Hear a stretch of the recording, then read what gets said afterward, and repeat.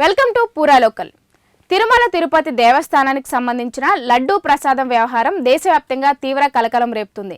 2019 నుంచి 2024 వరకు వైకాపా ప్రభుత్వ పాలనలో తిరుమల శ్రీవారి లడ్డూ తయారీలో కల్తీ నెయ్యి వినియోగించినట్లు సుప్రీంకోర్టు నియమించిన ప్రత్యేక దర్యాప్తు బృందం సిట్ తన దర్యాప్తులో తేల్చింది. ఈ ఘటనతో కోట్లాది మంది భక్తుల విశ్వాసాలు దెబ్బతిన్నాయని అభియోగ పత్రంలో స్పష్టం చేసింది. తిరుమలకు నెయ్యి సరఫరా చేసే టెండర్ల విషయంలో 2019కు ముందు అమల్లో ఉన్న కఠిన నిబంధనలను సడలించడమే ఈ అక్రమాలకు మార్గం వేసిందని సిట్ పేర్కొంది.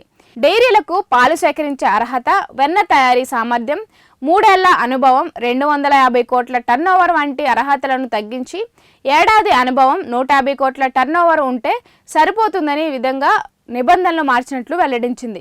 ఈ మార్పులను ఆసరాగా చేసుకుని భగవాన్పూర్కు చెందిన బోలేబాబా ఓరాగాన్ డైరీ సంస్థ కల్తీ నెయ్యి తయారీకి పాల్పడినట్లు సిట్ నిర్ధారించింది. 2019 నుంచి 2024 వరకు ఈ సంస్థలో సుమారు 68 లక్షల కిలోల కల్తీ నెయ్యి తయారైందని, అందులో దాదాపు 60 లక్షల కిలోలను అగ్మార్క్ స్పెషల్ గ్రేడ్ గో నెయ్యిగా టీటీడీకు సరఫరా చేసినట్లు తెలుస్తుంది.